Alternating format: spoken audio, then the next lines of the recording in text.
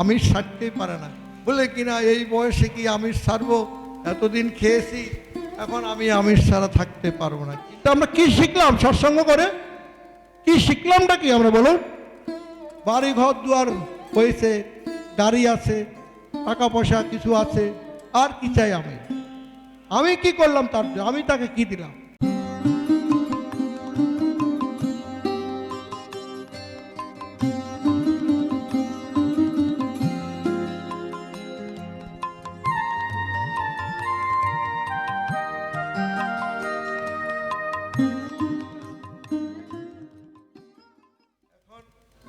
আমার যে সংকলন বইটা স্বাস্থ্য সদাচার এবং বাঁচা বাড়ার যে প্রথম ধাপ ঠাকুর বলেছেন, সেটা কি আমরা ঠিকমতো পালন করতে পারছি?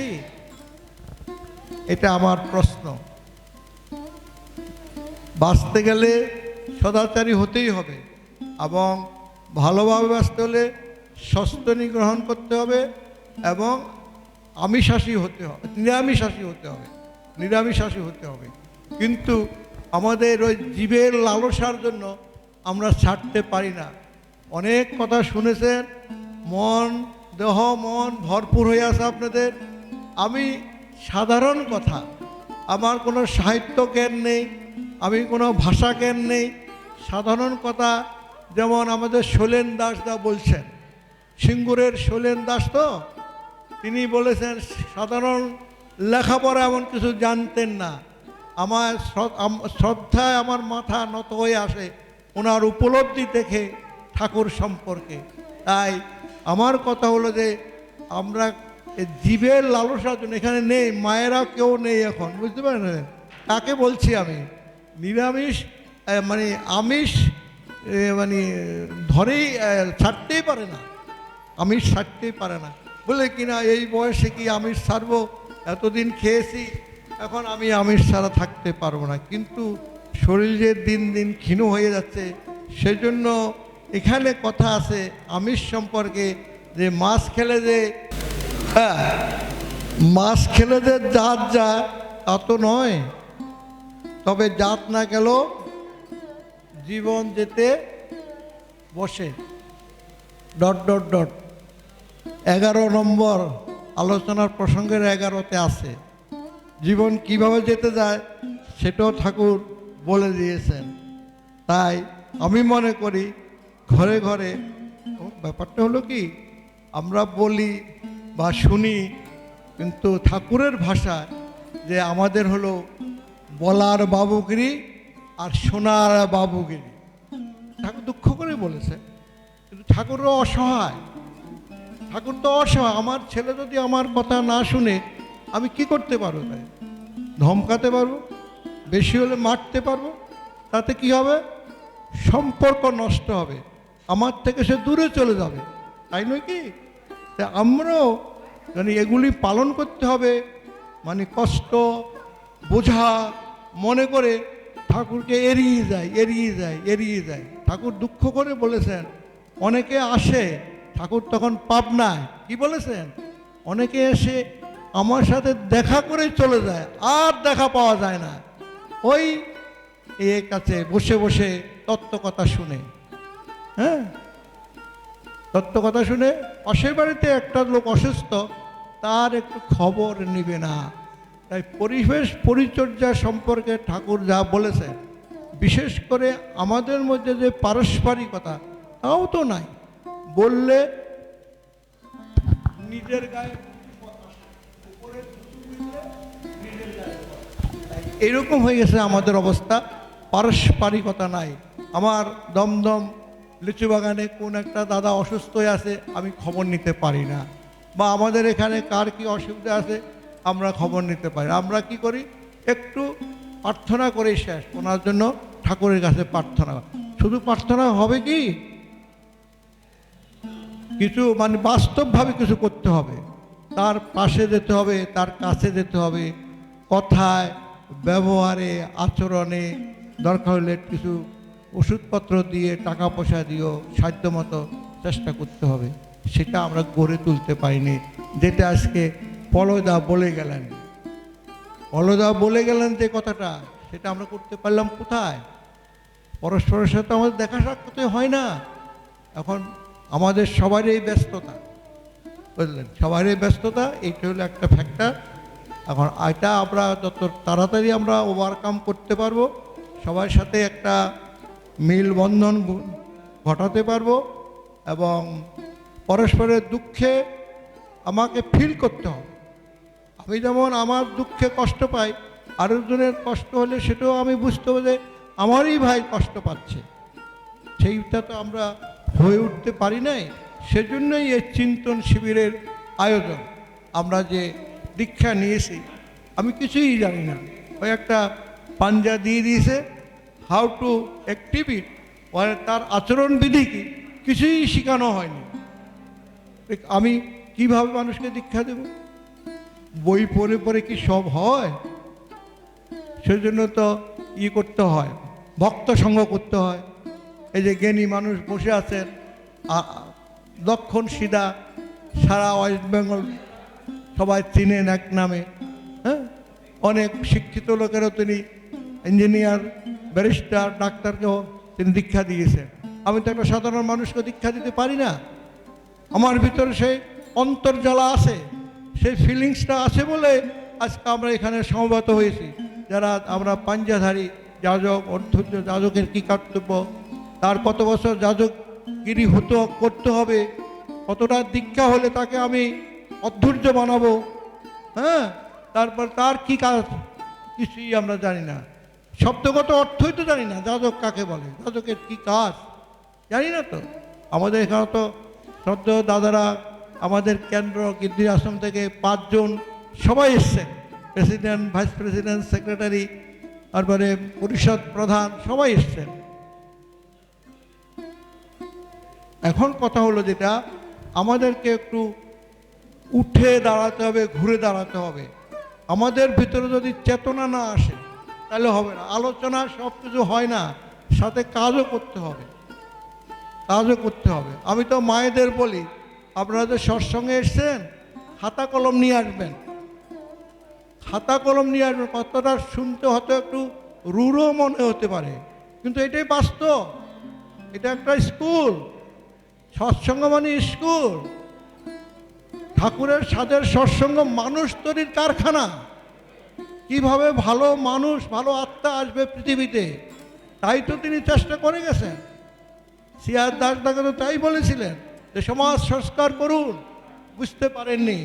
উনি বললেন, ঠাকুর বুঝতে পারলাম না, বলে বিবাহ বিধি থেকে আরম্ভ করুন। বলছিলেন, আমার তো বয়স হয়ে গেছে, আর আমি তো একটা সংগঠন করি, এখন তো আমার আর পিছনে যাওয়া চলবে না, তাতে সময় বেশি লাগবে। ঠাকুর বলছিলেন, লাগুক না সময়, লাগুক সময়। আজকে 1924 সালের কথা, আর এখন 2026 সালের কথা, 102 বছর আগের কথা। কত জেনারেশন পার হয়েছে আমরা? 4টে জেনারেশনে পর্যন্ত পার হয়ে গেছে। ভালো মানুষ আসতো যদি তখন থেকে চাষ আরম্ভ করা হতো, ভালো মানুষের চাষ যদি তখন থেকে আরম্ভ করা হতো, তাহলে ভালো মানুষের ভালো আত্মা আসতো। কিন্তু আমরা তা করতে পারিনি। ঠাকুর তো বসে আছেন, সে আমাদের মুখপানে। সেদিন আসিবে কবে, যেদিন আমরা মানুষ হব মনে প্রাণে। আমার লেখার মধ্যে কথাগুলো আছে, আমার অন্তর্জালার কথা, আমার মনের বেদনার কথা। I feel it, I do feel it, যে তার মতো সমাজ সংস্কারক সারা পৃথিবীতে আর আসেননি। জানি না বড় বড় বৈজ্ঞানিকেরা কী ছিলেন, দার্শনিকেরা কী ছিলেন, আমার অত লেখাপড়া নাই। তবে আমি বুঝি, আমি অন্তর দিয়ে বুঝি, ইন হার্ট আমি বুঝি, তার মতো সমাজ সংস্কারক পৃথিবীতে নিকটবর্তীতে আসেনি, আসেনি। তিনি কি বলেছেন? এবার হাটে হাড়ি ভেঙে দিয়ে গেলাম। আমরা বুঝি না কেন?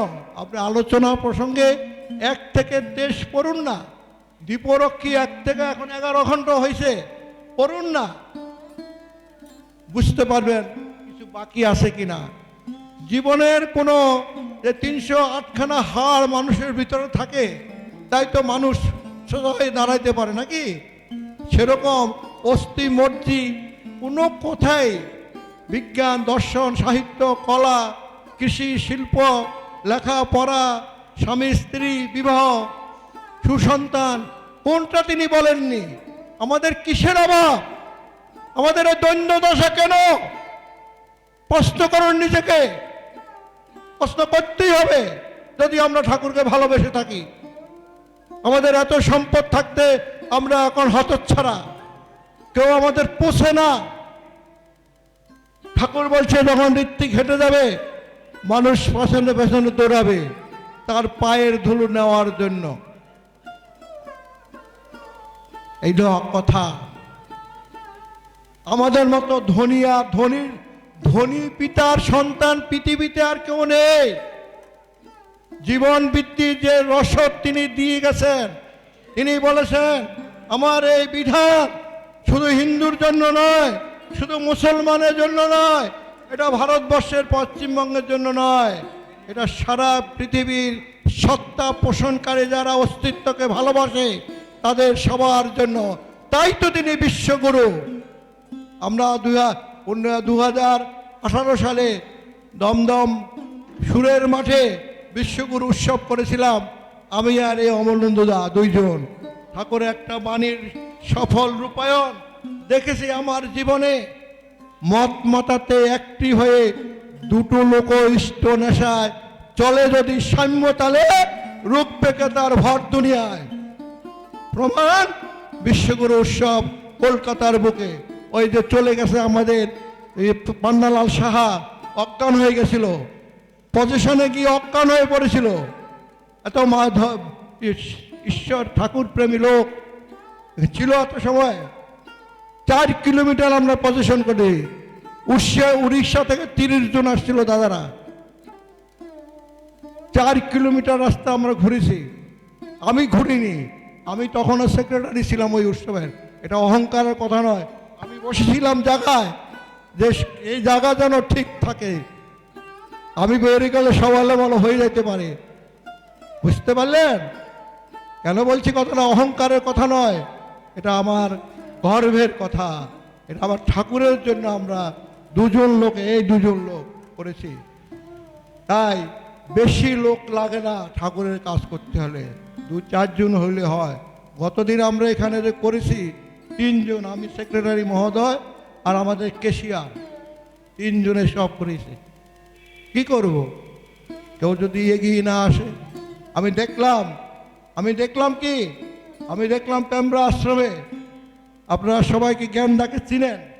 ভালো লোক, ছেলেরা ভালো ভালো ফ্যামিলি। উনি এককভাবে একটা অনুষ্ঠান করলেন পেমরা মন্দিরে। অনেক লোক আয়োজন, খাওয়া দাওয়া হবে। পেডেস্টাল প্যান ওনার বাড়ি থেকে বইয়ে আনছে, ঘামছে, ভিজে গেছে, স্নান করে ফেলছে, ঘামতে ঘামতে স্নান হয়ে গেছে। ওনার বাড়ি থেকে পেডেস্টাল প্যান বইয়ে আনছে পেমরা আশ্রমে। কিন্তু একটা ইয়ং ছেলে নাই। 100 লোকের উপরে এখন সমাবেশ, একটা ইয়ং ছেলে না দৌড়ায় গিয়ে ধরতে পারে, আমাকে দাও ফ্যানটা, আমি নিয়ে যাই। তা আমরা কি শিখলাম সৎসঙ্গ করে? কি শিখলামটা কি আমরা বলুন? এই পারস্পরিকতা আমাদের মধ্যে নাই। আমার ভালো লাগে হরিওমের কুমিল্লা, হরিওম চাঁদপুরে জন্ম, কুমিল্লা মন্দির আছে। হরিওমের শিষ্য আমাদের বাড়ির পাশে থাকে। প্রসঙ্গত বলছি, ওদের ধারাটা আমি এত জানি না, একদিন আমাকে বলেছিল, গিয়েছিলাম। ওদের নিয়ম হলো যে যার বাড়িতে সৎসঙ্গ, সেখানে যারা যারা আসবেন তারা হাতে করে কিছু না কিছু নিয়ে আসবেন, ওইটাই হয় প্রসাদ।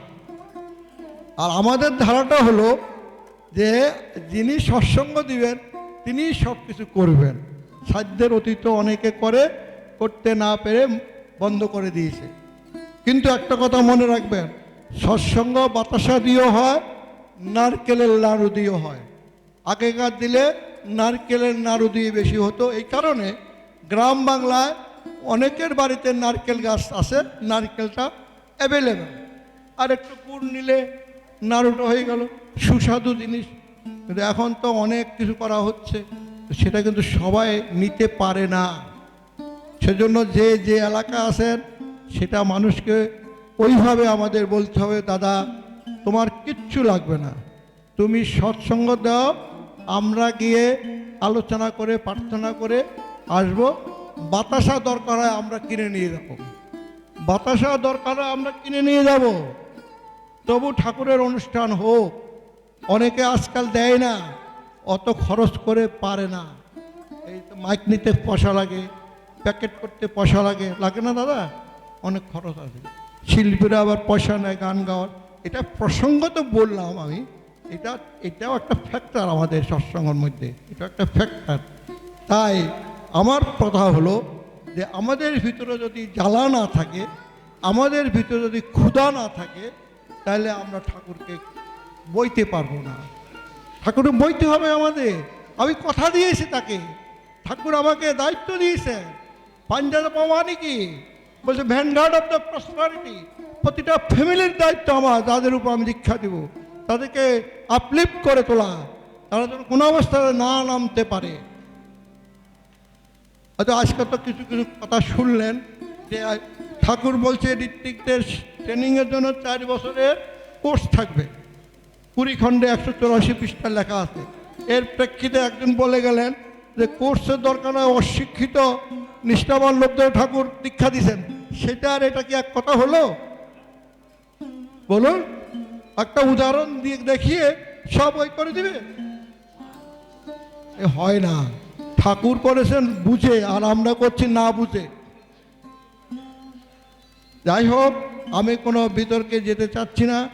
আমাদের প্রশাসন সম্পর্কে কোনো কথা নেই, অ্যাডমিনিস্ট্রেটিভ বিষয়ে আমাদের কোনো কথা নেই। আমাদের কথা হলো শুধুই শিক্ষণীয় কথা, কিভাবে আমরা ঠাকুরকে বয়ে নিয়ে যাব। আমার উপর যে পবিত্র দায়িত্ব ঠাকুর দিয়েছেন, আমি একটা পাঞ্জা পেয়েছি, ঠাকুর বলছেন এই ঋত্বিকতার যে দায়িত্ব ধর্ম আধ্যাত্মিক জগতে, এর থেকে বড় আর সম্মান কিছু নেই। এখন বুঝেন সেই সম্মান নিয়ে আমরা কি করছি, সেই সম্মান নিয়ে আমরা কি করছি? পরস্পরের সাথে মিল নেই, দলাদলি হচ্ছে। শুনলে খারাপ শোনায়, আমাদের কিন্তু পরস্পরের মধ্যে মিল মিশটা কম। সেটা করতে হবে। ছোটোখাটো বিষয়কে তুচ্ছ জ্ঞান করতে হবে। ঠাকুরের স্বার্থটাই আমার স্বার্থ। আমাকে তো তিনি প্রাণ দিয়েছেন, জীবন দিয়েছেন, প্রাণ দিয়েছেন, এই শরীর দিয়েছেন। আর কি দিবে? বাড়ি ঘর দুয়ার হয়েছে, গাড়ি আছে, টাকা পয়সা কিছু আছে, আর কি চাই আমি? আমি কি করলাম তার জন্য? আমি তাকে কি দিলাম? তাই তো ঠাকুর বানিয়ে দিয়েছেন, তিনি তোমায় ভালোবাসেন, স্বার্থ তাতে কি? তুমি না ভালোবাসলে ভস্য ঢালা কি? একমুখী ভালোবাসা হয় না, দেওয়াত হয় ভালোবাসায়। তিনি ভালোবেসেই আছেন আমাদের। তার ভালোবাসা ছাড়া আমি বাঁচতে পারি না, তার দয়া ছাড়া আমি এক মুহূর্ত বাঁচতে পারি না। এই শ্বাস নিঃশ্বাস যে প্রবাহমান, তারই দয়া। তিনি আমার মধ্যে আছেন বলে শ্বাস নিঃশ্বাস চলছে। তিনি না থাকলে চলবে না। তখন আমি থাকবো না, বলবে কি কার্তিক বাবু তো আর নাই। অথচ আমি শুয়ে আছি, বলে কিনা কার্তিক বাবু নাই। জানি প্রাণন শক্তি আমার থেকে চলে গেছে, যেটা ঈশ্বর রূপে আমার ভিতরে ছিলেন। তাই আমার ঈশ্বর আমার ভিতরে আছেন, আমার ঘরে আছেন, আমার ফ্যামিলিতে আছেন, সর্বত্র আছেন। এই বোধ আমাদের থাকতে হবে, এই বিশ্বাস থাকতে হবে। এই বিশ্বাসটা হলো আসল। স্থির বিশ্বাসের সময় হয়, আমরা অতটা তো বিশ্বাস রাখতে পারি না। আমরা বিচার করি কি হবে, কতটা হবে, ভালো হবে তো কত রকম করি, কিন্তু আমরা তো নির্ভর করতে পারি না। তাই সেটা হবে, আস্তে আস্তে হবে। সেই সাধুসঙ্গ করলে সাধুদের থেকে সেগুলি আমরা শিখবো, জানবো। ওই দাদা বসে আছে, রাধামোহন দা বসে আছেন, পুরনো ঋত্বিক দাদা, এখনও এই বয়সে কোথায় চলে যায় নর্থ বেঙ্গলে একা একা। হ্যাঁ, আশ্চর্য হতে হয়। এবং কোথাও যাওয়া ছাড়েন না, সব জায়গায় যান। যাই হোক, আপনারা সবাই ভালো থাকবেন। আমাদের এই ক্ষুদ্র প্রচেষ্টা আগামী দিনে আরও হয়ে উঠবে, সেই আশা রেখে এবং আজকে আমাদের ছোট্ট বইটা আছে সেটা উদ্বোধন হয়ে যাবে। এরপরে দাদারা যদি কিছু বলতে চান আপনারা বলবেন, এসে এখানে বলবেন, কোনো অসুবিধা নেই।